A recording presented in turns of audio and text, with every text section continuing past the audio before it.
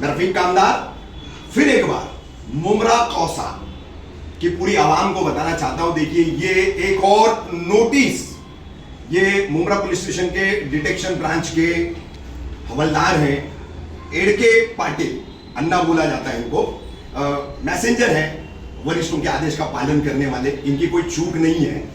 तो 2021 में मुझे पहला नोटिस, फिर 2022 में उसकी पुनरावृत्ति, रिपीटेशन, मुमरा कौसा की आवाम सड़कों पर उतरी और उस वक्त वो फाइल डोरमेंट की गई। फिर 2023 में मुझे फिर से जो है तड़ीपारी का नोटिस, फिर उसके प्रोसेस की पूरी सुनवाई डीसीपी ऑफिस तक का, और फिर अचानक 30 अप्रैल 2023 को डायगर गांव में हिंदू धर्म जागरण सभा की खबरें लगाने के बाद में मेरा डायरेक्ट आदेश तड़ीपारी का 2023 में मई महीने में 25 मई को मैं मुमरा से बाहर गया। 30 अप्रैल 2024 को, यानी एक साल पूरा हो गया, मैं वापस आ गया। और उसके बाद मैंने विशालगढ़ मस्जिद दरगाह पर जो हमला हुआ उसके लिए ह्यूमन चैन का कॉल दिया, उसकी एक केस बनाई गई मुझ पर। फिर 15 अगस्त 2024 को बाबा रामगिरी ने आका नबी करीम सल्लल्लाहु ताला अलैहि वसल्लम की शान में जो गुस्ताखी की, उसमें मुमरा पुलिस मामला दर्ज नहीं कर रही थी, तो मैंने अवाम को एक कॉल दिया और उसमें भी एक एफआईआर मेरे खिलाफ दर्ज किया गया।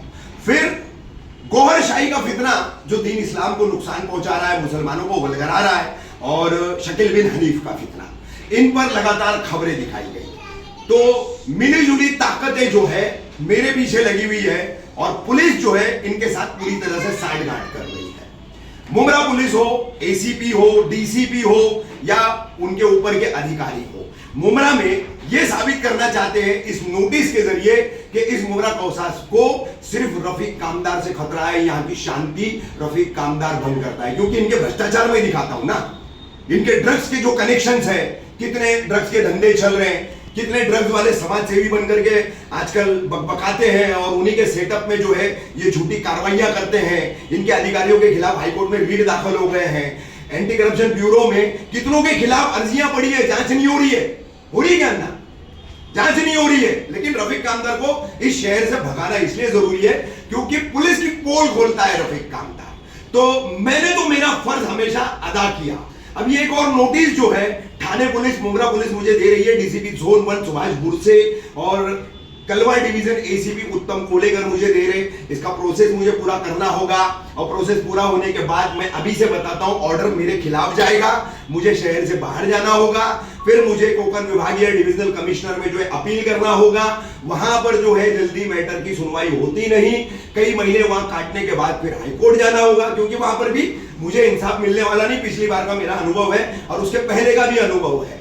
2012 में मेरा पहला तड़ीपार हुआ था, जब मैं दिनमान टाइम्स नाम का मेरा अखबार निकाला करता था और साप्ताहिक बुलंद उजाला हिंदी अखबार निकाला करता था। तो ये मेरी लड़ाई जो है 2012 से चल रही है और ये अब तक जारी है और शहर को खतरा सिर्फ मुझसे है। ये पूरी तरीके से थाने पुलिस, उनका जोन 1, उनका कलवा डिवीजन और मुमरा पुलिस ये साबित करना चाहते हैं कि रफीक कामदार डेंजरस फॉर द सिटी।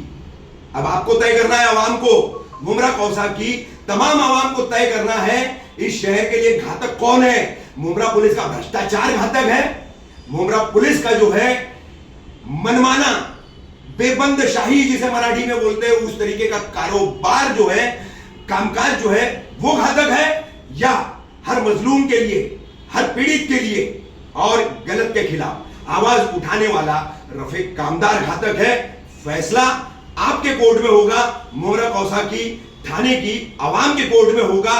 प्रतीक्षा होगी, इंतजार होगा मुझे, क्या इस पर आपकी प्रतिक्रिया होगी, किस तरह से आप जो है इस तड़ीपारी को लेंगे, किस तरह से आप इस पर रिएक्ट करेंगे। ये देखिए, मैं साइन कर रहा हूं नोटिस रिसीविंग पर, जो एसीपी कलवा डिवीजन से मुझे आई है, जो हवलदार अन्ना एड़के लेकर आए हैं, उसको मैं साइन कर रहा हूं।